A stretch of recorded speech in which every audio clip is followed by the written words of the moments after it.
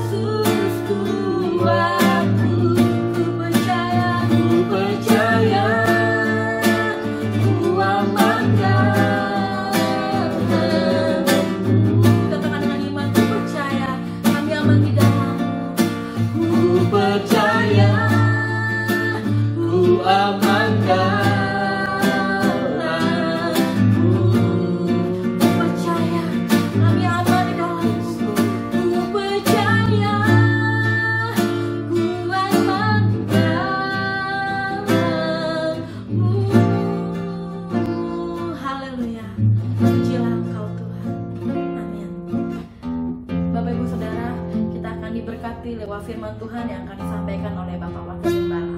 Tuhan memberkati.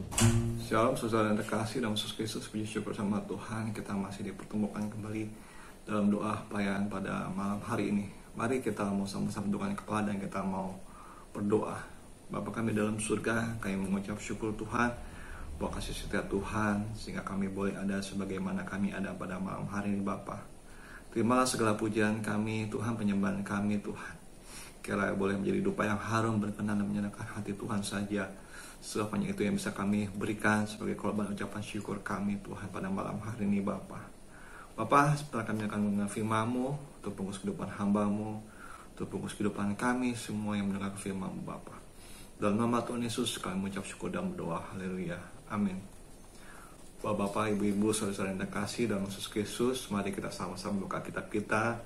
Dan kita mau baca dari Injil Lukas pasal 10 ayat 38 sampai 42. Injil Lukas pasal 10 ayat 38 sampai 42. Ketika Yesus dan murid-muridnya dalam perjalanan, tibalah ia di sebuah kampung. Seorang perempuan yang bernama Marta menerima dia di rumahnya. Perempuan itu punya seorang saudara yang bernama Maria.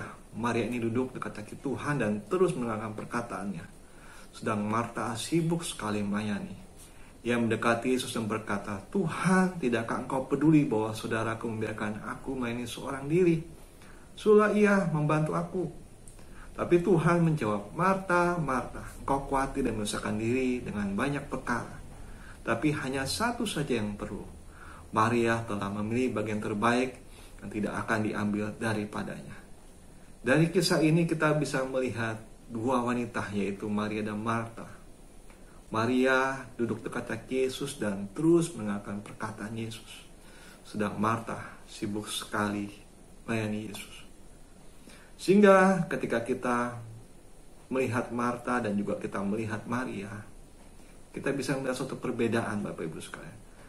Ketika Marta meminta kepada Yesus agar Maria disuruh membantu dia, Yesus di ayat 41 berkata, Marta, Marta, engkau khawatir menyusahkan diri dengan banyak perkara, tapi hanya satu saja yang perlu. Maria telah memilih bagian yang terbaik yang tidak akan diambil daripadanya. Mungkin bagi orang yang sedang capek atau lelah dalam melayani pekerjaan Tuhan, dia akan memakai kisah ini untuk pembelaan dirinya. Aku mau stop dulu dalam pelayanan. Aku mau duduk diam seperti Maria. Tapi bukan seperti itu. Bukan seperti itu. Seperti tadi saya sudah katakan, ada suatu perbedaan dan kita bisa lihat dari kisah ini, yaitu adalah orang yang melayani Tuhan dan adalah orang yang melayani pekerjaan Tuhan. Dari Maria kita bisa melihat sosok orang yang melayani Tuhan. Dan dari Marta kita bisa melihat sosok orang yang melayani pekerjaan Tuhan. Yang disebut melayani Tuhan adalah orang yang mempunyai hubungan yang intim dengan Tuhan. Dia orang yang berdoa. Dan orang yang melayani pekerjaan Tuhan adalah, bisa katakan orang itu adalah WL, singa, pemain musik, pemain tamborin, penerima tamu, guru-guru sekolah minggu, dan banyak sekali orang-orang yang melayani pekerjaan Tuhan. Tetapi banyak juga orang yang tidak suka melayani Tuhan. Jadi sekali lagi, banyak orang yang melayani pekerjaan Tuhan tetapi tidak suka melayani Tuhan. Orang yang melayani Tuhan pasti orang yang melayani pekerjaan Tuhan. Sekali lagi, orang yang melayani Tuhan pasti akan melayani pekerjaan Tuhan. Tetapi belum tentu orang yang melayani pekerjaan Tuhan akan melayani Tuhan. Kenapa bisa dikatakan seperti itu? Kita bisa melihat Maria. Maria kok orang yang duduk-duduk saja bisa dikatakan orang yang melayani Tuhan. Kenapa? Kita bisa melihat Maria yang sedang duduk di kaki Yesus dan terus mendengarkan suara Yesus. Dari sini kita bisa melihat sosok seorang yang sangat-sangat rendah hati.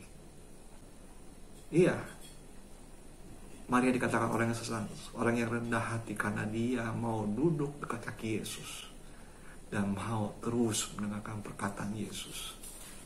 Dan kita bisa lihat, Bapak Ibu sekalian, dari kisah ini bahwa tidak mungkin orang yang tidak rendah hati itu mau duduk di bawah kaki Yesus. Tidak mungkin. Dan orang itu tidak mungkin mau terus mendengarkan perkataan Yesus kalau orang itu tidak rendah hati. Tidak mungkin. Jadi yang pertama, ketika kita melayani Tuhan, kata yang harus kita ingat, kerendahan hati. Iya, sangat sulit baginya kalau misal seorang pelayan Tuhan tidak mempunyai kerendahan hati. Sangat-sangat sulit.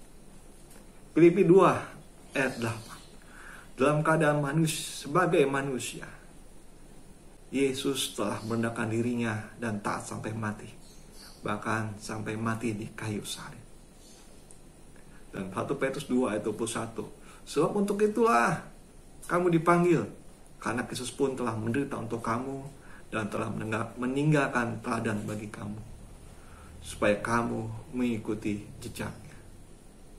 Jadi, untuk melayani Tuhan, mulailah dengan kata kerendahan hati. Karena Tuhan yang kita layani adalah Tuhan yang benar-benar rendah hati. Benar-benar rendah hati. Jadi saya katakan tidak mungkin orang itu bisa melayani Tuhan kalau orang itu masih tinggi hati. Tidak mungkin. Kenapa? Ya karena Tuhan yang dilayani adalah orang Tuhan yang rendah hati. Bahkan sampai taat di kayu salib. Itu bukti kerendahan Tuhan. Waduh, luar biasa, Ibu sekalian. Jadi ketika kita melayani Tuhan, maka Tuhan bilang, tidak usah engkau takut, tidak usah engkau khawatir, tidak usah engkau menyusahkan diri dengan banyak perkara. Karena segala perkara Tuhan sudah tanggung. Dan Tuhan memberikan kelegaan di dalam diri kita. Karena kita menjalin hubungan yang intim dengan Tuhan melalui doa-doa kita. Dan kita tahu apa yang Tuhan mau dalam diri kita. Karena apa? Karena kita terus mendengarkan suara Tuhan. Bagaimana dengan para pelayan pekerjaan Tuhan? Orang-orang yang melakukan pekerjaan Tuhan. Seringkali tanpa kita sadari ketika kita melayani pekerjaan Tuhan, kita sering menuntut upah dari pekerjaan yang kita lakukan. Misalnya jenjang karir seperti pekerjaan sekuler yang kita lakukan, ataupun fasilitas-fasilitas plus yang kita harapkan dari pelayanan pekerjaan kita. Maka tidak sedikit orang yang kecewa. Sudah melayani Tuhan dengan habis-habisan dari pagi sampai malam, dari malam sampai pagi, mungkin seperti itu. Tapi kok bukannya semakin happy, malah semakin dituntut banyak sekali tuntutan. Semakin banyak aturan-aturan harus dia lakukan. Bukan upah yang dia harapkan. Upah yang dinanti-nantikan, gak pernah cair-cair. Mungkin seperti itu. Sehingga ia akhirnya mundur dari namanya pelayanan. Bapak Ibu sekalian, seorang Paulus pasti kecewa kalau dia tidak menyadari bahwa dia sedang melayani Tuhan, bukan hanya sekedar melayani pekerjaan Tuhan. Paulus pasti kecewa. Tetapi dalam Roma 15 ayat 16, Paulus sadar betul bahwa ia adalah pelayan Kristus. Paulus tetap berdoa dan Paulus tetap menyanyikan pujian syukur. Ketika upah dari pelayanan Paulus bukannya suatu kekayaan, kehormatan manusia, tetapi upah dari pelayanan Paulus adalah, kita buka Bapak Ibu sekalian, dari 2 Korintus 11 ayat 23 sampai 29. 2 Korintus pasal 11 ayat 23 sampai 29. Apakah mereka pelayan Kristus? Aku berkata seperti orang gila. Aku lebih lagi. Aku lebih banyak berjerih lelah. Lebih sering di dalam penjara. Didera di luar batas. Kerap kali dalam bahaya maut. 5 kali aku sesah orang Yahudi. Dan kali keempat pukul 40 kurang 1 pukulan. 3 kali aku didera. Dan 1 kali aku dirempai dengan batu. 3 kali mengalami kalam kapal. Sehari semalam aku terkantung-kantung di tengah laut. Dalam perjalananku aku sering diancam bahaya banjir dan bahaya penyamun. Bahaya dari pihak-pihak orang Yahudi, dari orang-orang pihak-pihak orang bukan Yahudi. Bahaya di kota, bahaya di padang gurun, bahaya di tengah laut, dan bahaya dari pihak saudara-saudara palsu. Dan aku banyak berjerih lelah dan bekerja berat. Tiap kali aku tidak tidur. Aku lapar dan dahaga. Tiap kali aku berpuasa, kedinginan, dan tanpa pakaian. Dan dengan tidak menyebut banyak hal lain. Lagi urusanku sehari, yaitu untuk memelihara semua jemaat. Jika ada orang yang masa lemah, tidakkah aku turut masa lemah? Jika ada orang telah sandung, tidakkah hatiku hancur oleh duka cita? Pelayanan kita belum seberapa, Ibu sekalian, dibanding dengan pelayanan Paulus. Belum seberapa. Tetapi banyak sekali orang yang mundur dari pelayanan pekerjaan Tuhan. Kenapa? Karena dia lupa. Ketika dia melayani pekerjaan Tuhan, dia sedang melayani Tuhan. Ya, orang ini lupa. Ketika dia melakukan pelayanan pekerjaan Tuhan, dia sedang melayani Tuhan. Maka Tuhan bilang ke Marta, mengapa engkau khawatir dan menyusahkan diri dengan banyak perkara? Mari Bapak Ibu Saudara, mari renungan malam hari ini kita diingatkan lagi bahwa kita adalah para pelayan pekerjaan Tuhan, dan kita adalah para pelayan Tuhan. Kolose 3 ayat 23.